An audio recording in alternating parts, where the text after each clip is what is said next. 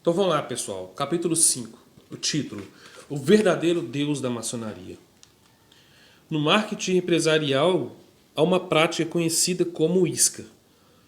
Uma loja comercial comum anuncia um item a um preço fantástico. Todavia, quando o consumidor chega à loja, descobre que o item já foi vendido. Mas, por coincidência, a loja tem outro item no estoque que é muito semelhante, mas que não está em promoção. A natureza humana sendo como é, o comprador está tão decidido a comprar o item pelo qual ele veio que irá comprar o mais caro em vez de ficar sem nada. Na maçonaria, essa tática é realizada todo o tempo. A única diferença é que, em termos espirituais, o órgão de defesa do consumidor não se envolve. Que pena. O candidato, desde o primeiro grau, é levado a crer que serão comunicados a ele segredos importantes, segredos tão estrondosos que devem ser protegidos por juramentos solenes sobre a Bíblia e sérios o suficiente para aplicar punições a quem não os guardar.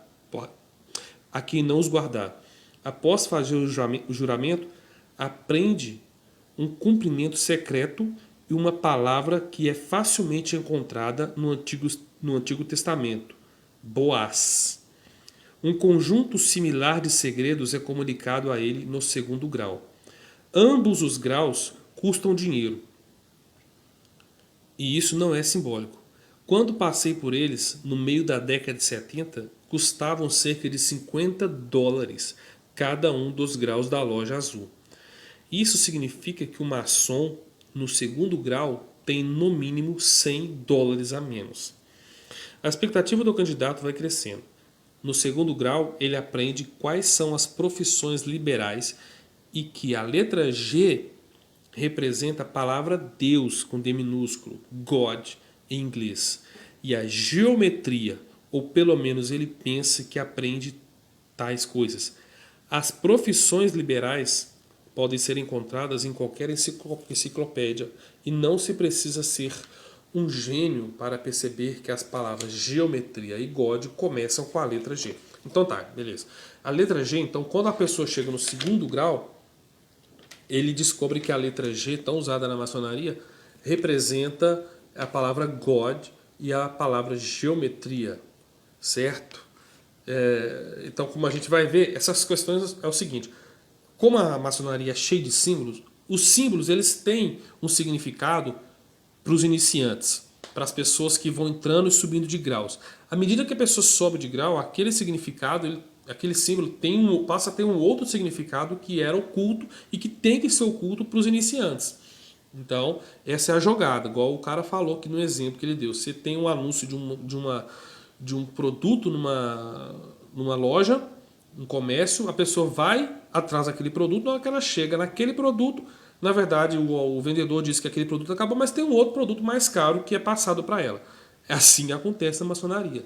Você tem uma isca, você atrai as pessoas por algum motivo, como a gente leu nos capítulos anteriores, que as pessoas geralmente vão para a maçonaria com o propósito de encontrar relacionamentos pessoais com pessoas conhecidas, com pessoas com dinheiro, e esses relacionamentos que essas pessoas adquirem na maçonaria passa a ajudar a ser benéfico para essa pessoa nos termos financeiros. Então ela passa a ter contatos com pessoas ricas, passa, se ela é dona de uma empresa, ela passa a vender para outros maçons, então ela aumenta financeiramente.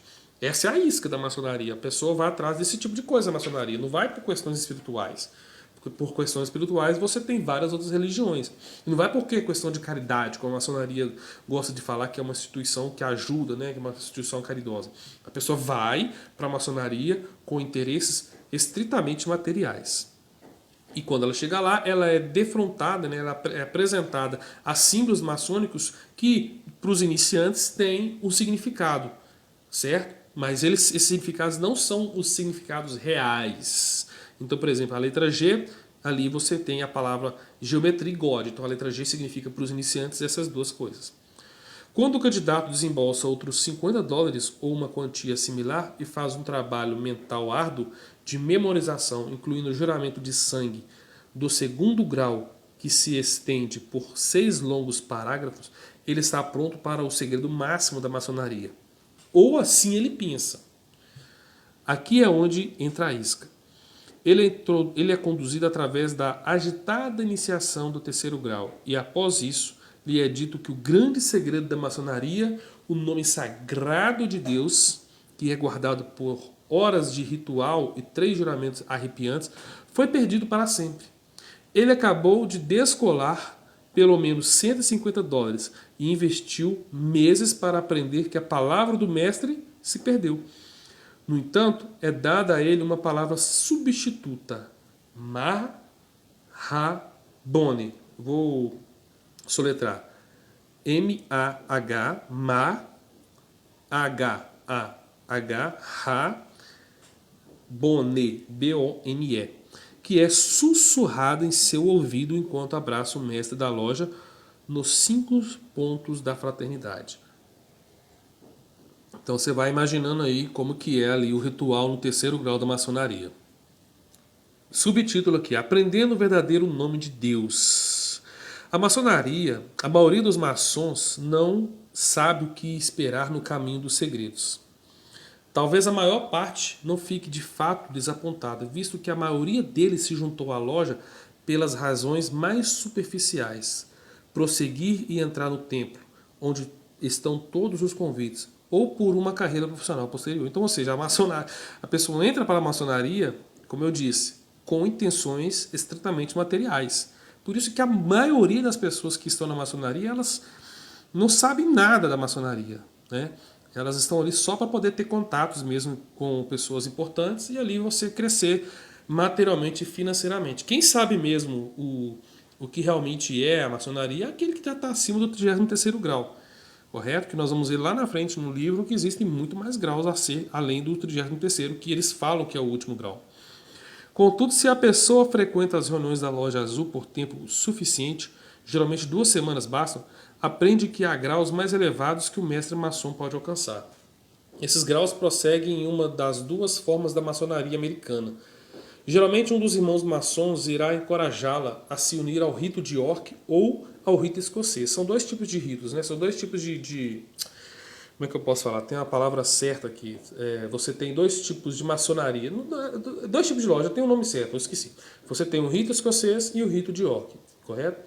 Neste momento, então, é dito ao futuro candidato que ele aprenderá segredos bastante valiosos. Essa é a isca, visto que esses graus mais elevados invariavelmente custam mais dinheiro, o custo por grau é menor. Mas os 2 caminhos possíveis de serem seguidos na estrada da maçonaria podem levar o maçom a desembolsar bem mais dólares do que já pagou. Então o cara tem que pagar. Óbvio que ele vai ter ali o retorno, como eu disse, porque ele conhece pessoas, passa a conhecer pessoas importantes, mas ele tem que desembolsar. Caso se perceba, e esse valor aqui que ele citou, isso foi na década de 70, quando ele era maçom, o autor do livro, correto? Caso se perceba que o novo mestre maçom é cristão, provavelmente será direcionado ao rito de York, visto que tem os graus cristãos. Se for um maçom secular, ou talvez um pouco apressado, ele é orientado a seguir o rito escocês que lhe proteja, através dos 29 graus em 2 finais de semana, e o habilita a ir em frente e se integrar ao santuário, organização associada à maçonaria americana. Como eu disse, a maçonaria então é dividida em 2 rituais, em 2 ritos, né?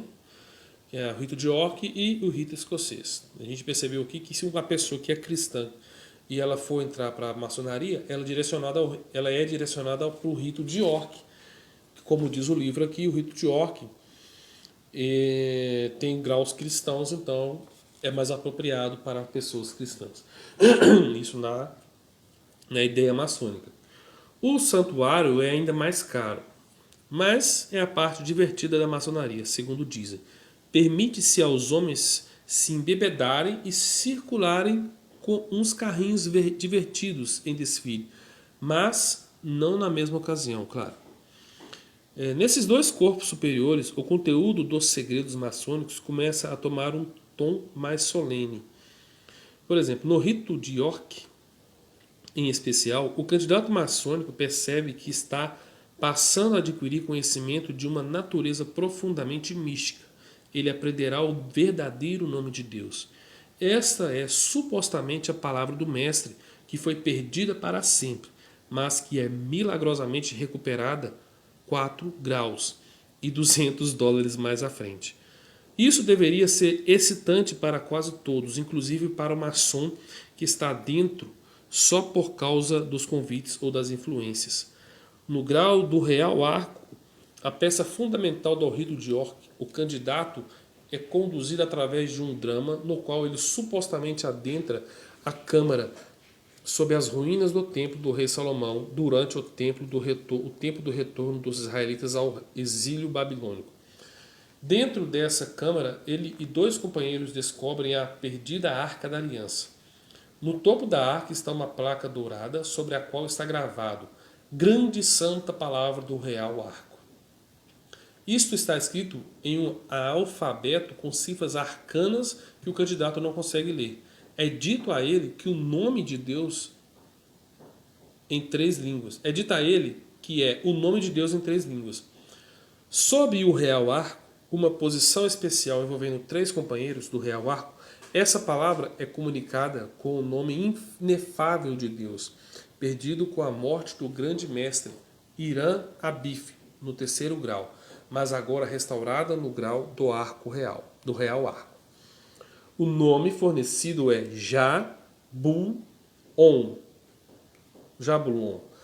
O sumo sacerdote do Real Arco diz que este é o Logos divino, ou o Verbo, mencionado em João 1, de 1 ao 5.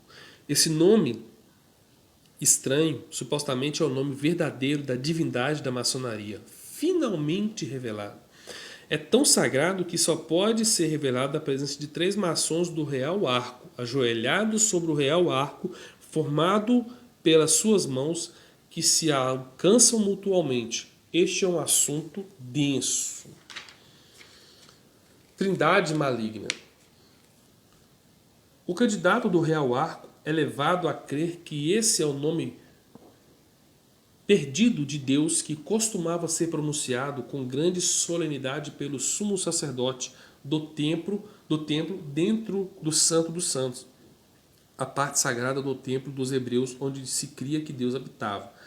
Isso é refletido pelo fato de que o oficiante principal no capítulo do Real Arco é chamado de sumo sacerdote e até mesmo veste uma imitação das vestimentas do sumo sacerdote judaico quando o ritual é realizado. É o nome inefável de Deus, pelo menos do Deus maçônico, e é de fato assustadoramente secreto. Porém, em nossa pesquisa do Deus da maçonaria, é também uma pista importante. A análise do nome conforme apresentada ao candidato revela algumas associações perturbadoras para qualquer um que esteja preocupado com a verdade bíblica e com a reverência devida ao nome de Deus. Então aqui o autor vai pegar essas 3 palavras, né, Jabulon, e ele vai explicar essas 3 palavras. A primeira sílaba do nome, JH, representa o nome Iavé, ou Jeová, o nome do Deus de Abraão, Isaac e Jacó. Esse nome é tão reverenciado que aparece apenas poucas vezes na Bíblia, versão autorizada, como por exemplo em Salmos 68:4, e no uso da palavra aleluia, que significa louvai a Iavé. Até aí tudo bem. Bul, a segunda sílaba, B-U-L, representa o nome Baal, ou Bel. É o nome do deus de Jezabel e Acabe, que talvez tenha sido o casal mais iníquo de todos os que se sentaram no trono de Israel. Isso está lá em 1 Reis, do capítulo 16, versículo 29 ao 33. E On, a última sílaba, representa o nome do deus Sol egípcio. É o nome de sua cidade sagrada, Heliópolis, em grego, cidade do sol, no Egito. Gênesis 41, versículo 45 e 50. Esse é o Deus de Faraó. Imagino o quanto feliz o Deus da Bíblia está com a blasfêmia que fizeram com o seu nome. Um nome tão santo que pessoas foram apedrejadas por tomá-lo em vão. Tão santo que só poderia ser falado no lugar santíssimo do templo. Tão santo que os piedosos escribas judeus, através dos séculos, não ousavam escrevê-lo nos seus textos devido ao temor extraordinário, e no seu lugar colocaram o nome Adonai, ou Senhor. Este é o mesmo nome sobre o qual Deus disse: Não tomarás o nome do Senhor teu Deus em vão, pois o Senhor não te terá por inocente. Não terá por inocente o que tomar o seu nome em vão. O quanto satisfeito você acha que Deus fica com esse mesmo nome sendo lançado num liquidificador metafísico e batido junto em uma confusão espiritual com dois dos ídolos mais apontados no Antigo Testamento? Não é necessário ser um profundo estudioso da Bíblia para ver que o Deus representado por esse grande santo real arco é uma trindade maligna. Ele também representa uma destilação perfeita da atitude para com Deus, conforme notada no último capítulo, onde ficou claro que provavelmente qualquer Deus deve servir para um maçom. Aqui se cria uma realidade concreta para aquele contexto. Lembre-se de que o ritual acima indica esse Jabu-on como verbo de João 1. Até mesmo a leitura mais superficial de João 1, especialmente no versículo 14, revela que o ser referido é Jesus Cristo e não essa entidade monstruosa de 3 cabeças. Na melhor das hipóteses, não passa de uma grande blasfêmia identificar Jesus, a quem a maçonaria se recusa a adorar, como uma divindade que é dois terços satânica. É evidente que esse Jabu-on não é o Deus da Bíblia. E se ele ou isso não é Deus, então é um falso Deus, uma máscara de Satanás. Ok, pessoal? Vou dar só um tempo aqui, daqui a pouco eu volto.